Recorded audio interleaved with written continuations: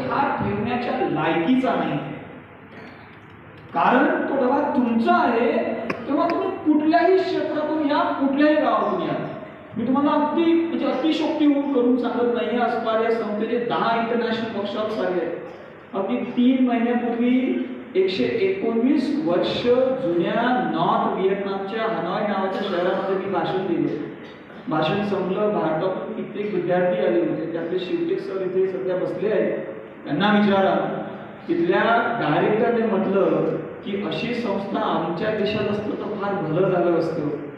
विचार करा, 523 लोकांच्या गावात जन्माला आलेला एखादा व्यक्ती जेव्हा स्वतः विश्वास ठेवतो, तेव्हा हॅनॉय सारख्या शहरातल्या 119 वर्ष जुन्या विद्यार्थ्याला सुद्धा वाटतं की असं काम करणारी संस्था जर माझ्या देशात आणि माझ्या शहरात असती तर आमचा सुद्धा मोठा विकास झाला असता.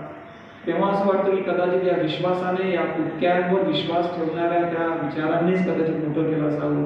या सगळ्या लोकांना, सगळ्या विद्यार्थ्यांना, या युवा पिढीला कदाचित हे सांगावं.